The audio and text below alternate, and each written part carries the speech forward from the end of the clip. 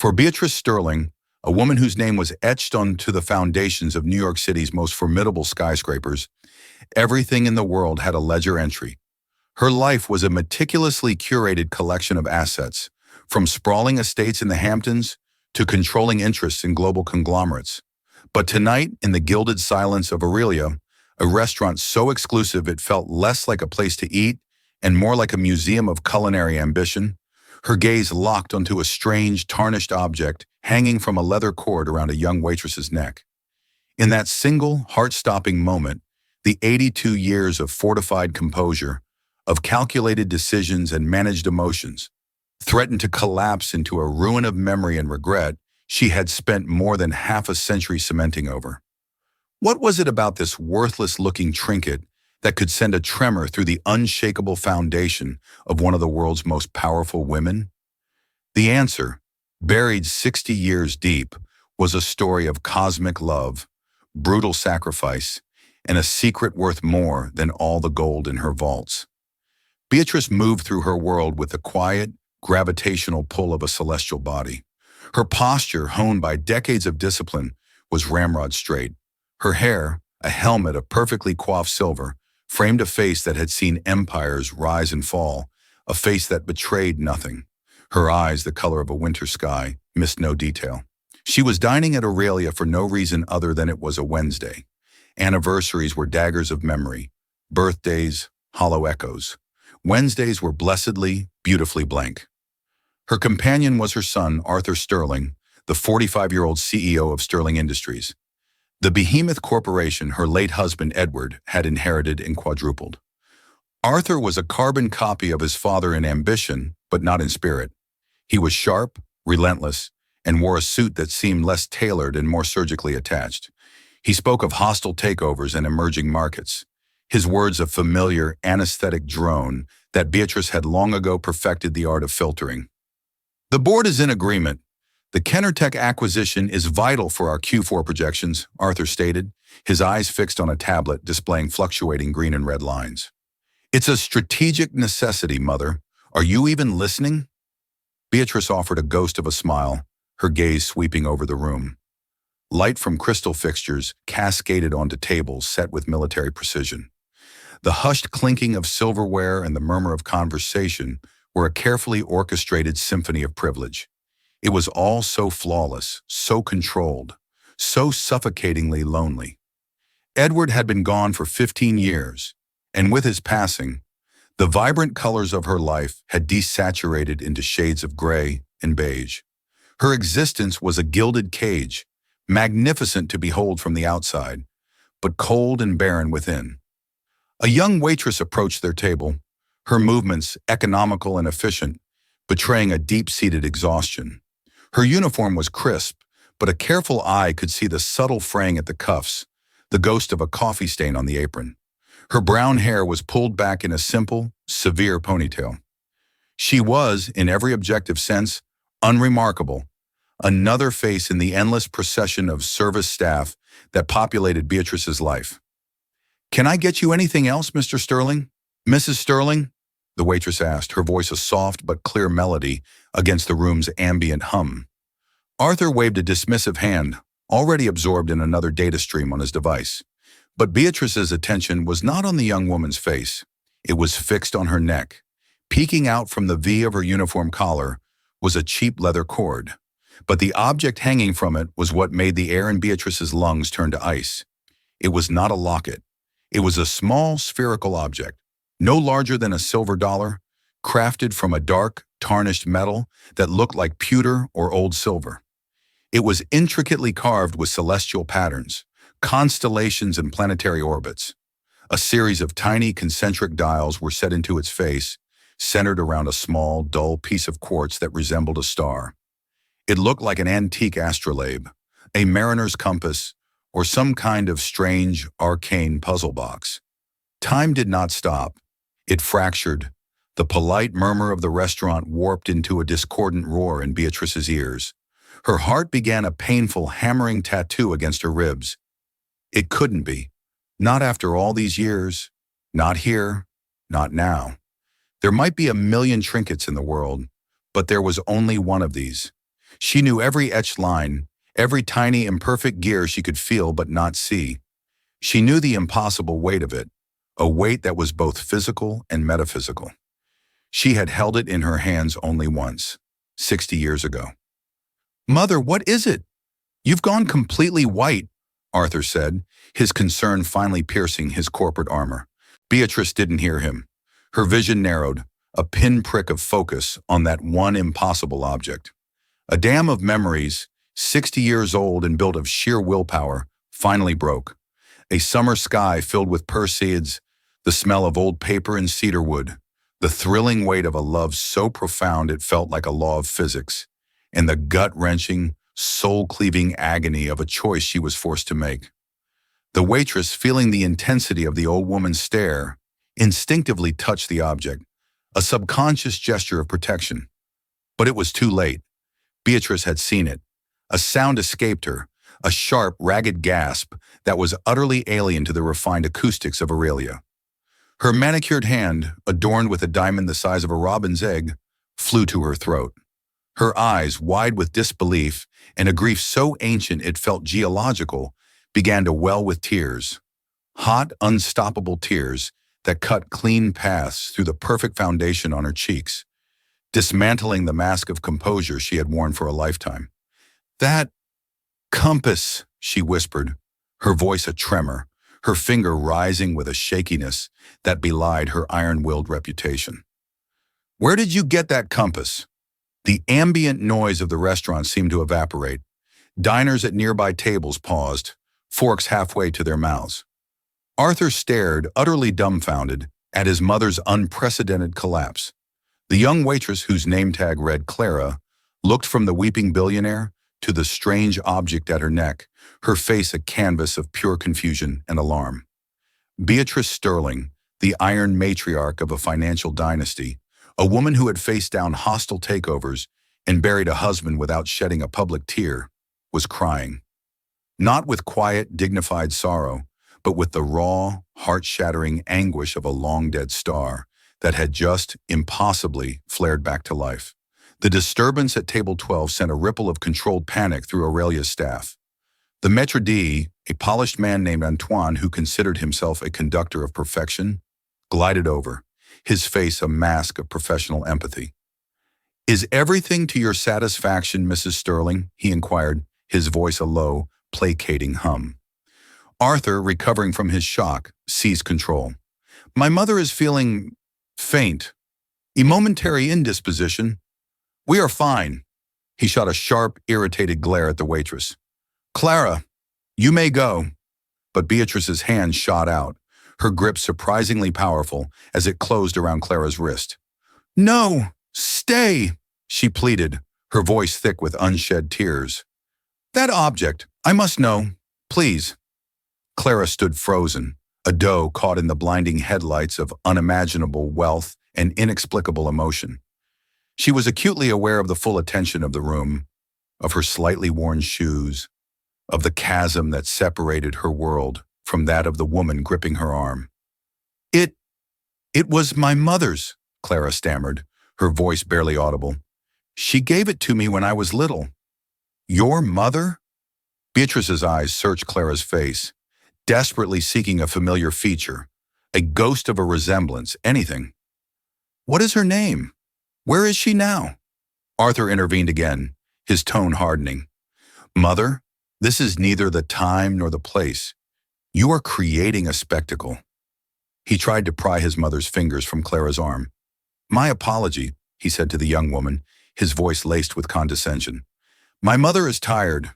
She has mistaken your necklace for something else." He pulled a sleek, black card holder from his jacket. "For your trouble." He attempted to press a fan of crisp $100 bills into her hand. Clara recoiled as if the money were a hot coal. "No, thank you, sir. It's all right." Her eyes darted back to Beatrice, who was now weeping silently, her shoulders shaking with the force of her grief. There was a pain in the older woman's eyes so genuine it transcended class and circumstance. It was the universal agony of a heartbreaking. "Please," Beatrice said again, her voice regaining a sliver of its customary authority, though it was frayed with emotion. I will buy it from you. Name your price. $20,000. 50. Clara's eyes widened. $50,000. It was more than she earned in 2 years of working 2 jobs. It was enough to pay for the next 6 months of her mother's specialized care, to fix the ancient plumbing in their tiny apartment, to have one single moment where she wasn't gasping for financial air. A wave of temptation, so potent it made her dizzy, washed over her. She could solve so many problems. She instinctively clutched the compass.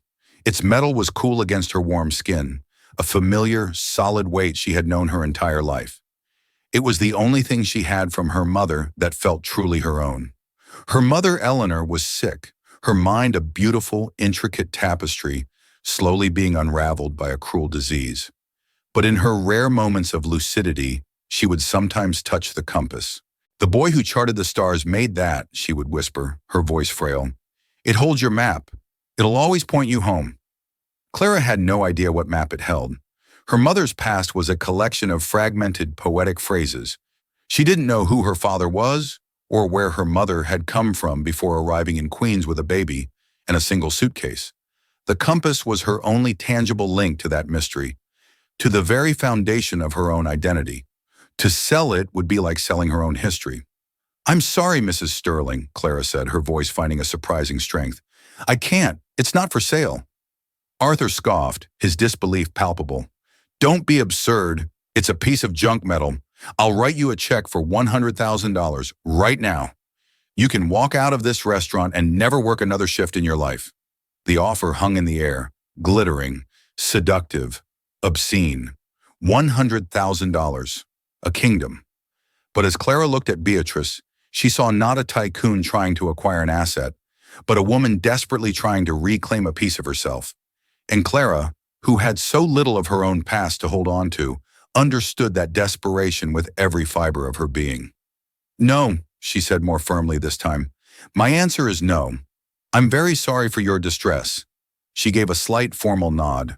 If you'll excuse me, my other tables are waiting. With that, she turned and walked away, her heart pounding a frantic rhythm against her ribs. She could feel the stares of every patron, hear the sibilant whispers. She fled to the chaotic sanctuary of the kitchen, her hands shaking so badly she had to brace them against a stainless steel counter to keep from dropping her tray. Back at the table, Arthur was incandescent. The audacity! She's playing you, Mother. It's a shakedown. She'll be back tomorrow with some bottom-feeding lawyer demanding $1 million. But Beatrice wasn't listening. Her gaze was fixed on the kitchen door through which Clara had vanished. The girl's refusal hadn't angered her. It had confirmed everything. An opportunist would have taken the money. An opportunist would have negotiated. Only someone who understood its true, non-monetary value would have refused. The girl cherished it, just as she was meant to. Find out about her, Arthur, Beatrice said, her voice low and resolute, the tears replaced by a chillingly clear determination. Her full name, her address, everything. What on earth are you going to do? Arthur asked, bewildered by the sudden shift. Beatrice dabbed her eyes with a linen napkin, her composure reassembling itself piece by piece like intricate armor. If she won't sell me a memory, she said, her voice dangerously quiet, then I shall have to purchase her entire history. The next morning, the sterile silence of Beatrice Sterling's penthouse, a glass-walled area overlooking Central Park, was broken by the arrival of a man named Finch. Finch was a private investigator of the old school, discreet, thorough, and utterly invisible. His nondescript appearance was a carefully cultivated camouflage for a mind that could untangle the most knotted of human secrets. Beatrice, draped in a silk robe the color of cream, sat opposite him in her sun-drenched living room.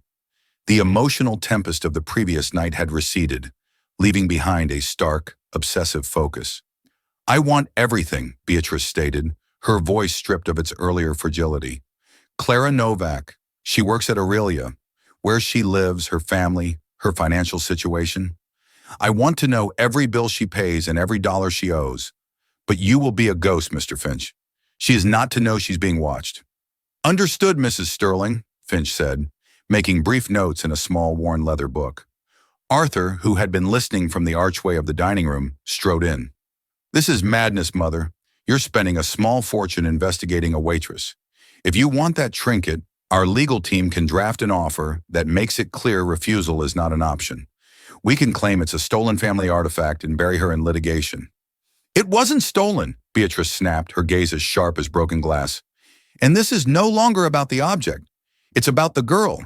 There was something in her eyes, Arthur.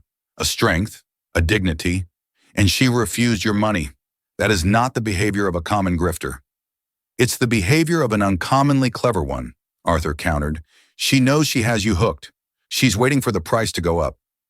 Beatrice fell silent, her gaze drifting to a small, unassuming bookshelf nestled between a towering modern sculpture and a priceless Rothko. It was out of place, filled with old, leather-bound volumes on astronomy and physics. Arthur had always dismissed it as a relic of his mother's eccentricities. For Beatrice, it was a shrine. While Finch gathered his instructions and departed, Beatrice walked to the bookshelf. Her fingers, cool and steady, traced the spine of a book titled Celestial Mechanics. She pulled it from the shelf. Tucked within its pages was a faded black-and-white photograph, its edges softened by time. It showed a much younger Beatrice, her hair long and wild, her smile unburdened by the weight of a dynasty. Her arm was linked with a young man whose eyes held an intensity that seemed to burn through the paper. He wore a simple, worn shirt, and his hands, though clean, looked capable and clever. His name was Leo Asimov. The compass had not been a gift from her late husband, Edward. Edward had given her diamonds, sapphires, entire city blocks. He had given her a life of unparalleled luxury and ironclad security. But he had never made her feel like the center of the universe. The compass was from Leo. He had been a graduate student in astrophysics at Columbia, a brilliant, penniless visionary who saw the cosmos not in numbers, but in poetry. Beatrice, then a 17-year-old heiress, suffocating under the thumb of her titan of industry father, had met him during a lecture she'd snuck into. Their love affair was a supernova, brief, brilliant, secret, and destined to collapse. Her father would never have countenanced a match with a penniless academic, a boy with nothing to his name but a galaxy in his eyes. Leo had crafted the compass himself in the university's metalworking shop using scraps of silver and brass. He'd cut the gears and etched the constellations by hand. The tiny quartz at the center, he'd told her, was a piece of a meteorite he'd acquired from a collector. "It's fallen from heaven," he'd said, his voice full of a sincerity that Edward, for all his power, could never replicate. "Just like you." Their love had a consequence, a baby, a daughter. The memory still had the power to hollow her out. Her father's fury had been a cold, silent, crushing force. He had orchestrated everything with brutal efficiency. She was sent away to a discreet clinic upstate. Leo was threatened, his academic career held hostage, his family intimidated. He was told to disappear, and he had vanished from her life like a ghost. He had tried to fight, but a poor student was no match for the Sterling family's power.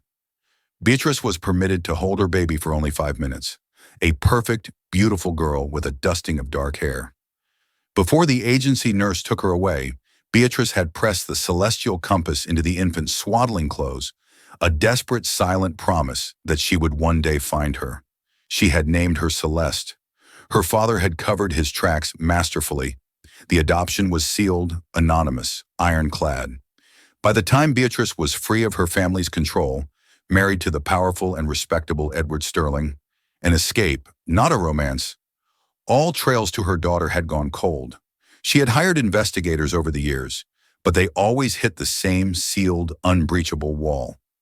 Eventually, the acute agony had faded into a chronic, dull ache, the ghost of a limb she learned to live without. Until last night. Seeing that compass had ripped the 60-year-old scar wide open. Could it be a copy? A coincidence? No. Her soul knew it was the one, which meant that the waitress, Clara Novak, was inexplicably, impossibly connected to her lost Celeste. The intercom buzzed, pulling her from the past. "Mrs. Sterling, Mr. Finch is on the line. He says he has some initial information of significant interest." Beatrice's hand trembled as she lifted the receiver. "Yes? Mrs. Sterling," Finch's voice was crisp. Clara Novak lives at 27B Orchard Lane in Astoria, Queens. She's the sole caregiver for her mother, Eleanor Novak. I'm digging into Eleanor now, but the interesting part is financial. They're in substantial medical debt. Miss Novak works the dinner shift at Aurelia and a breakfast and lunch shift at a diner called the Morning Star Cafe. Eleanor Novak's condition appears to be a degenerative neurological disorder. The bills are astronomical. Beatrice sank into a chair. The girl wasn't a clever opportunist. She was drowning. She had refused $100,000, a sum that would have been a lifeboat, out of pure, unassailable sentiment. "Thank you, Mr. Finch," Beatrice said, her voice strained. "Keep digging. I want to know everything about Eleanor Novak's origins." She hung up, her mind racing. Eleanor. The name meant nothing, but the girl's quiet dignity, her poverty, her fierce protection of that compass, it was all forming a picture, one that was equal parts terrifying and incandescent, with a hope she had long ago pronounced dead. Arthur Sterling did not share his mother's sentimental curiosity. He saw a problem that was metastasizing, a waitress who had somehow bewitched his mother and was now causing her to act irrationally. The solution, as always, was the application of overwhelming force. Bypassing his mother, who he believed was slipping into a state of emotional vulnerability unbecoming of her station, Arthur had his own corporate security team, men far less gentle than Finch, run a deep dive on Clara Novak. The results were the same, but Arthur's interpretation was starkly different. He saw not a struggling daughter, but a set of levers. Debt, a sick parent, a fragile existence, levers waiting to be pulled. 2 days after the incident at Aurelia, Clara was wiping down the counter at the Morning Star Cafe. It was a world away from Aurelia's opulence, a place of cracked vinyl booths and the lingering smell of coffee and bacon grease. Her feet ached, and all she wanted was to go home, check on her mother, and try to forget the look in Beatrice Sterling's eyes. As she stepped out into the crisp autumn afternoon, a severe black sedan slid to the curb. A man in a suit, not Arthur, but clearly cut from the same expensive cloth, emerged. "Miss Novak," he said, his tone polite but unyielding. "Mr. Arthur Sterling would like to speak with you." Clara's heart plummeted. "I'm sorry, I have to get home to my mother." "It will only take a moment," the man insisted, holding the rear door open. It was an invitation that felt like a summons. Resigned, Clara slid into the cool leather interior. Arthur Sterling sat opposite her, a laptop glowing on his knees. He deliberately ignored her for a full minute, a petty display of power that made her feel like an insect under a microscope. "Miss Novak," he finally said, closing the laptop with a soft click, "let's dispense with the theatrics. My mother has formed an unhealthy attachment to your necklace. I want it." "I already told your mother it isn't for sale," Clara said, her hands twisting the strap of her worn bag. "Everything is for sale," Arthur countered smoothly. "You're just a poor negotiator. Refusing the initial offer to drive up the price was a bold move. I'll grant you that, but the game is over." He slid a thick manila envelope across the seat. Inside is a cashier's check for $150,000 and a non-disclosure agreement. You sign the paper, you give me the compass, and you never contact my mother or any member of my family again. You will also, of course, resign your position at Aurelia. Immediately. Clara stared at the envelope. The number was dizzying, but the cold, transactional nature of it, the utter dismissal of any human feeling, felt like an assault. "It isn't about the money. It has sentimental value." Arthur let out a short, humorless laugh. "Sentimental value doesn't pay for the neurologist at Mount Sinai, does it? Or cover the experimental drug regimen for corticobasal degeneration? We know about your mother, Eleanor. We know about the collection agencies. We know that her caseworker, a Mrs. Gable, is considering recommending a move to a state-run facility because you can no longer afford the level of care she requires." Clara felt the blood drain from her face. They had strip-mined her life, weaponizing her most private pains. It felt obscene, a violation of the deepest order. "How dare you?" she whispered, fury and fear warring within her. "This is not a threat, Miss Novak. It is a statement of fact," Arthur said, his voice as cold as the November air. "I am offering you a lifeline. That money can secure the absolute best care for your mother. It can give you a life free from the constant terror of debt, all for a piece of metal. It is the logical, practical choice. He was twisting the knife, pitting her love for her mother against her connection to her past. He was making her feel selfish for holding on to the one object that gave her a sense of belonging. Tears welled, hot and angry, but she forced them back. She would not give him the satisfaction. She thought of her mother, of the fear in her eyes on bad days, and the beautiful, fleeting moments of clarity. The compass was part of that story, part of her. The answer is still no, Clara said, her voice trembling but unbroken. What you are doing is disgusting. Please, just leave me alone. Arthur's face hardened, the veneer of corporate civility evaporating to reveal raw, undisguised contempt. Fine, but understand this. My family owns half the buildings on your block.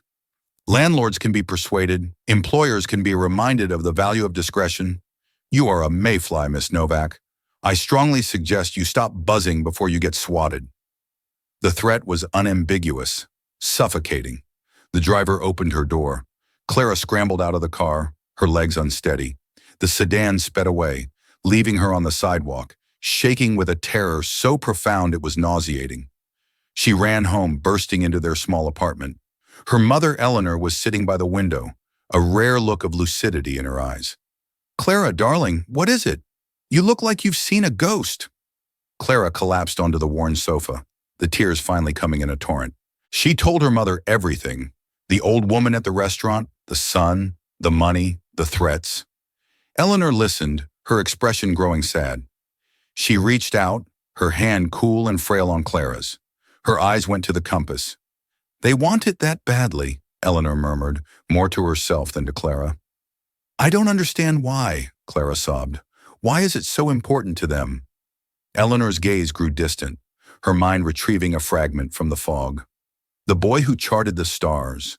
He made it for the girl with winter eyes, she whispered. He said the sky held the key, the North Star, on the day she was born. It points the way. Clara frowned, confused. What, Mom? What key? Who was born? But the window of clarity had closed. Eleanor's eyes glazed over. She smiled vaguely and began humming a tune from a half-forgotten lullaby. Clara's heart ached. The cryptic words were just another piece of the puzzle, a puzzle that was becoming more complex and dangerous with every passing day. She clutched the compass. It was no longer just a keepsake. It was the heart of a storm, and she was standing directly in its eye. When Beatrice learned from a distraught Antoine that Clara had been summarily dismissed from Aurelia at Arthur's command, her fury was volcanic. She summoned her son to her penthouse. For the first time in his adult life, he saw not a placid, aging mother, but the formidable woman who had stood shoulder to shoulder with his father as he built an empire. How dare you, she demanded, her voice a low, dangerous rumble. How dare you use the power of this family to terrorize a young woman who has done nothing but work for an honest wage? You threatened her. You had her fired. I was protecting you, Arthur retorted, standing his ground. You were becoming obsessed, emotional. She's a nobody, a grifter looking for a payday. I solved the problem.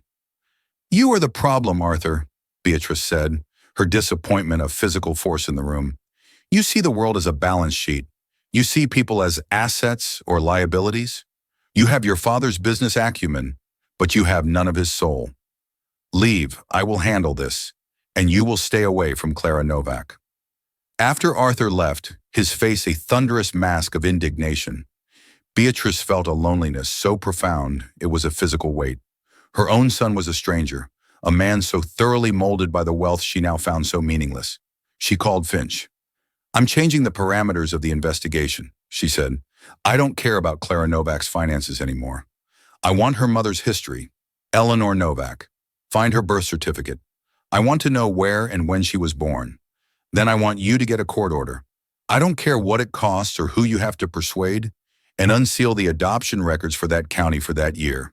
Cross-reference everything. It was a wild, desperate gamble, a Hail Mary pass across 60 years, based on nothing more than a gut feeling and a tarnished metal sphere. While Finch's team began the Herculean task of sifting through decades of sealed archives, Beatrice retreated into her own past. She unlocked a safe hidden behind a painting and removed a small, leather-bound box. Inside were the few relics she had kept from her time with Leo. A few letters written in his elegant script, filled with dreams of them mapping undiscovered galaxies together. A charcoal sketch he had done of her, capturing a light in her eyes that Edward had never seen. And at the bottom, a small velvet pouch containing a single earring, a tiny silver star with a sliver of meteorite at its center. It was the matching piece to the compass. Leo had kept the other, a promise that they would find each other again. A promise his fate and her father had prevented him from keeping. She clutched the earring, its sharp points digging into her palm. The memories were agonizingly vivid. The sterile white room, the condescending pity of the nurses, the crushing weight of her father's decision, presented as an immutable fact of life. It's for the best, Beatrice. The child will have a proper family. You will forget. You will move on. But she had never forgotten, not for one day. The ghost of Celeste had haunted the periphery of her life, a constant, silent question mark. Days bled into a week. Beatrice existed on coffee and memory, waiting. Then the call came. Mrs. Sterling. Finch's voice was different. The professional detachment was gone, replaced by something bordering on awe. We found it. It took calling in every favor I've accrued over 30 years and a very friendly judge. But we got the original file unsealed. Beatrice held her breath, her knuckles white on the receiver. Eleanor Novak was born on October 26, 1973, at the St. Jude's Home for Young Mothers in Putnam County, Finch said. She was placed for adoption one day later. Her birth mother is listed on the original sealed certificate. He paused, letting the weight of the moment settle. The name on the certificate is Beatrice Sterling. The world dissolved. The air rushed from Beatrice's lungs in a silent scream. It was true. It wasn't a delusion born of grief. It was real. Eleanor Novak was her Celeste. The waitress, the quiet, resilient young woman named Clara, was her granddaughter. Mrs. Sterling, are you still there? Finch's voice was gentle. Yes, Beatrice whispered, tears blurring the glittering Manhattan skyline into a watercolor wash of gray and gold. Yes, I'm here. A lifetime of grief, regret, and longing crested within her, not as a wave of sorrow, but as a tidal wave of impossible, earth-shattering joy. She had found her. After 60 years, a waitress in a restaurant had unknowingly brought her daughter home. There's more, Finch said softly. I looked into Eleanor's adoptive parents, good working-class people, both deceased. She had a difficult life, and there's no record of Clara's father. The birth certificate lists him as unknown. It explained everything. The hardship, the struggle. Her daughter had lived a world away from the gilded cage Beatrice inhabited, and now she was sick, her memory fading. The fierce, primal, maternal love Beatrice had been forced to suppress for 6 decades roared to life. She would not lose her daughter again, not now. Book the top neurologist in the world, Mr. Finch, Beatrice commanded, her voice ringing with an authority she hadn't felt in years. Dr. Eris Thorne at the Mayo Clinic. Fly him to New York on my jet. Reserve an entire wing at Mount Sinai if you have to. And get me an address. I'm going to see my granddaughter. For Clara, the world had become a prison of quiet anxieties. Arthur Sterling's threats were not idle. Her manager at the Morning Star Cafe had begun cutting her hours, citing non-existent budget issues. An eviction notice had appeared on her door, claiming violations of a lease clause she'd never seen before. She was being systematically squeezed, the invisible hand of the Sterling Empire tightening around her throat. One afternoon, as she was helping her mother with a puzzle, Eleanor's eyes cleared with that startling, heartbreaking lucidity. Clara, she said, her voice a thin thread, but clear. The compass. Let me see it. Surprised, Clara took it off and placed it in her mother's palm. Eleanor's frail fingers traced the celestial map, just as Beatrice's memories had. My mother gave this to me, Eleanor whispered. Not the woman who raised me, my birth mother. They said she was very young, and her family was very powerful. They made her give me away. Clara leaned in, her heart pounding. What else, Mom? What did they tell you? Just that she loved me, Eleanor said, a single tear tracing a path down her wrinkled cheek. She left this. The nurse said my mother called me Celeste. She said the compass was a star to guide me. Her voice trailed off. There's a secret inside. Did you ever look? Clara's breath hitched. She had tried to open it 1,000 times as a child, but it was sealed shut. It's jammed, Mom. It doesn't open. There's a trick, Eleanor murmured, her eyelids fluttering. A key, in the sky, the North Star, on the day she was born. The day she was born. The phrase echoed in Clara's mind. She gently took the compass. It had dials like a combination lock. She had always assumed they were decorative. A key in the sky. A date. She scrambled to find the small box where she kept her mother's documents. She found it, an old yellowed birth certificate. Eleanor Vance, born October 26, 1973. Her hands trembling, she pulled out her phone and searched. Position of Polaris, October 26, 1973. The coordinates came up, azimuth and altitude. She looked at the dials on the compass. They were marked in degrees. With painstaking precision, using her watchmaker's tools to gently turn the stiff, 60-year-old dials, she set them to the exact coordinates of the North Star on the night her mother was born. There was a faint metallic click. The sphere sprang open. Clara gasped. Tucked into the two halves were two tiny, perfectly preserved secrets.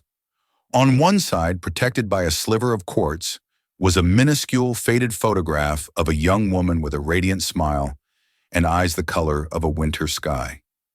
The woman from the restaurant, Beatrice Sterling, but decades younger. On the other side, etched into the silver in an elegant, looping script, were 5 words. For Celeste, your lodestar. Find me. Celeste, her mother's birth name, and the elegant script matched the signature on a check Clara had once seen in a magazine profile of the Sterling family. The realization crashed over her. The obsession with the compass, the tears, the offers of money. It wasn't about an object. It was about a person. It was about her mother. Her mother was Celeste. In the Billionaire, Beatrice Sterling was her grandmother. Just as this world-altering truth settled, there was a soft knock on the apartment door. Clara's first instinct was terror. Arthur's men come to throw them on the street. She opened it a crack. Standing in the dim hallway was Beatrice Sterling. She was not the imperious matriarch from Aurelia. She was dressed simply in a wool coat and slacks. Her face was pale, her eyes filled with a raw, nervous, hopeful vulnerability. She was alone. Clara, Beatrice said, her voice soft, may I please come in? I need to speak with you. And with your mother. Speechless, Clara could only nod, stepping back to let the woman into her small, cluttered home. Beatrice's eyes took in the worn furniture, the stack of medical bills, the grinding reality of their struggle. Her gaze filled with a profound, soul-deep regret. Her eyes finally landed on Eleanor, now lost in her own world again. Beatrice took a hesitant step forward. Celeste, she whispered, the name a breath of air, a prayer she hadn't dared speak aloud for 60 years. Clara held up the open compass. She told me, Clara said, her voice thick with emotion. Just now, she remembered. Beatrice looked from the compass in Clara's hand to the face of her daughter, then back to the face of her granddaughter. The resemblance was undeniable. The same determined set of the jaw, the same strength in the eyes. Tears streamed down Beatrice's face once more. But this time, they were not tears of grief. They were tears of homecoming. I found you, Beatrice breathed, her voice breaking. Oh, my darling girl, after all this time, I finally found you. She reached out, not for the compass, but for Clara's hand. Her touch was gentle and warm. The chasm between the Billionaire and the Waitress vanished, erased by a truth that had been guided by the stars for 60 years. The air in the small apartment was thick with the weight of unspoken history, a sacred space where 60 years of silence had finally found a voice. Beatrice knelt by Eleanor's chair, her fingers, which had signed billion-dollar deals, now trembling as they gently stroked the hair of the daughter she had only ever held in memory. She whispered the name Celeste like a mantra, as if the sound itself could mend the fractured decades. For a brief, miraculous moment, Eleanor's clouded eyes seemed to focus, and a flicker of recognition, of deep, instinctual comfort, crossed her face as she leaned into the touch. Clara stood by, the open compass still warm in her hand. Her world had been redrawn. She was no longer just Clara Novak, exhausted waitress. She was the granddaughter of Beatrice Sterling, the living link between a secret past and an unimaginable future. The revelation was a dizzying cocktail of shock, relief, and a profound sorrow for the life her mother, Celeste, might have had. This fragile, holy moment was shattered by the sound of heavy, purposeful footsteps in the hallway, followed by a sharp, authoritative rap on the door that was less a knock and more a demand. Before Clara could react, the door was pushed open with enough force to bang against the wall. Arthur Sterling stood on the threshold, his face a mask of cold, controlled fury. He was flanked by two broad-shouldered men in dark, severe suits. Their presence was like a drop in barometric pressure, instantly chilling the room. They were not bodyguards. They were instruments of corporate will, men who solved problems with quiet, implacable efficiency. Arthur's gaze swept across the scene with unconcealed contempt. His mother kneeling on the floor of this squalid apartment, the sick woman in the chair, and Clara, whom he saw as the architect of this entire charade. "I knew it," he spat, the words slicing through the room as he strode forward, his expensive shoes scuffing the worn linoleum. "I knew you were a predator. It's a masterful performance. I'll give you that. You find a lonely, vulnerable old woman, dig up some obscure detail about her past, and weave this elaborate, pathetic fantasy to fleece her." He stopped directly in front of Clara, his height and anger creating an intimidating shadow. How much did it take to convince her? 1 million? 2? What's the going rate for a fabricated family history these days? Clara shrank back, but a spark of defiance ignited within her. "You don't understand," she began, her voice a whisper.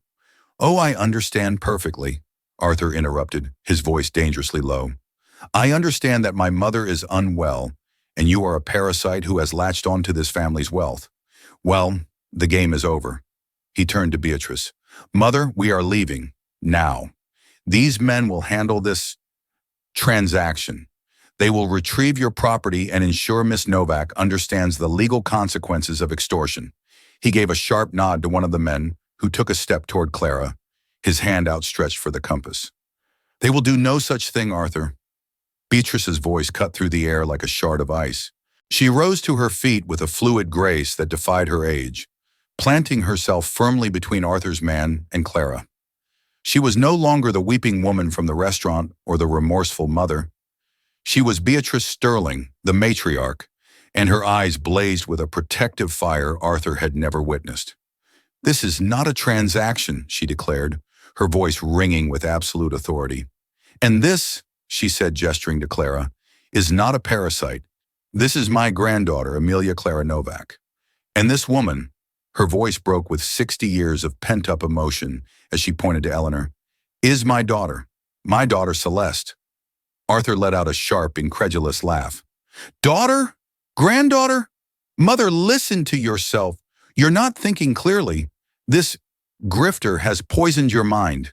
You have never in my entire life mentioned a lost daughter, because I was made to feel ashamed." Beatrice's voice boomed, startling them all with its power. "Because my parents, your grandparents, decided that the family name was more important than a baby girl.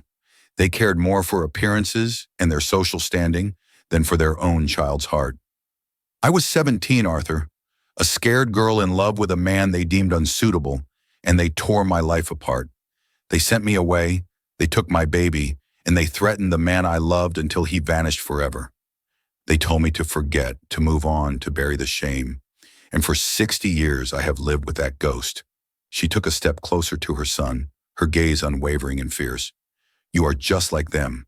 You see a problem, and you throw money or threats at it. You cannot fathom that something's value could be anything other than monetary. You look at Clara and you see a poor waitress. I look at her, and I see a young woman with more integrity and love in her heart than you have ever shown." The words struck Arthur like physical blows. "I offered her a fortune, Arthur. Your fortune.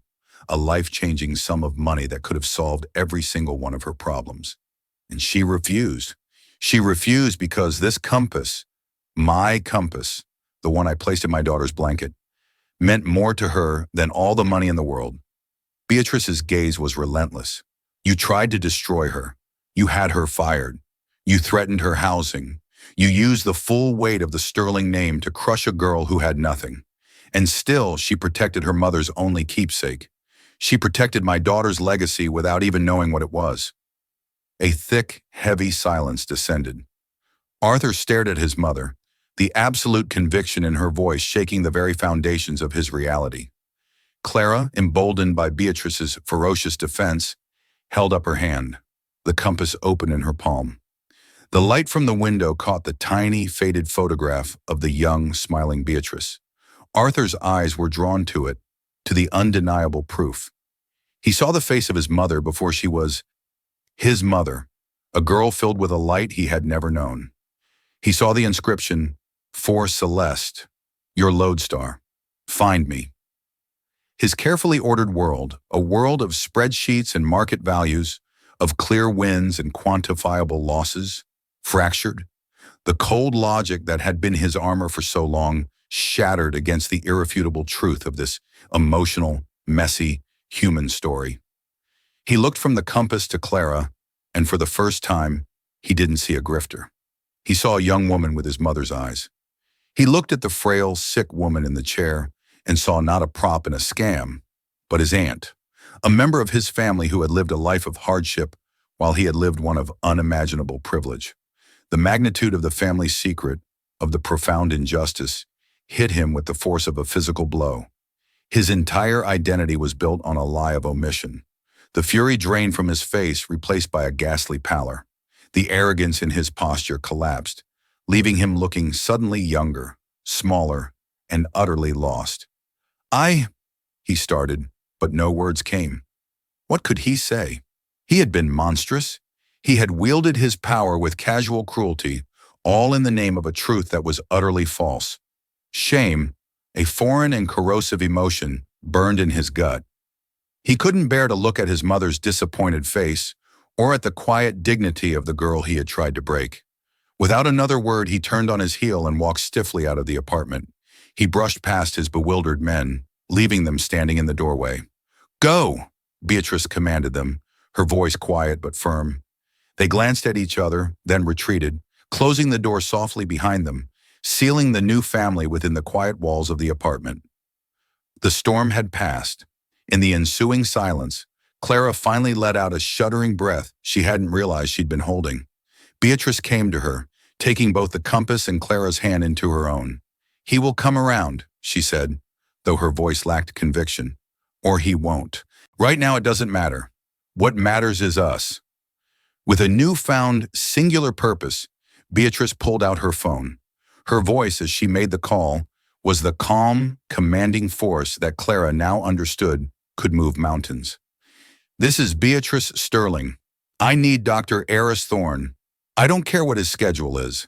My jet is on the tarmac at Teterboro. I want him in New York City by morning, ready to see a patient. Yes, cost is no object. Make it happen." She hung up and turned to Clara, her eyes soft with a lifetime of unshed tears.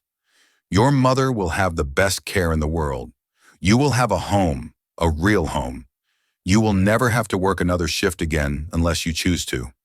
You can go to school, travel, do anything you dream of. The world is yours now, Clara." Clara could only shake her head, overwhelmed. "I don't know what to say." "You don't have to say anything," Beatrice said gently. She looked down at the compass, tracing the celestial map with her finger. "Your grandfather made this," she whispered, giving Clara the final piece of her story. "His name was Leo. He was a brilliant astronomer, and he had the kindest soul I have ever known. He would have loved you so fiercely."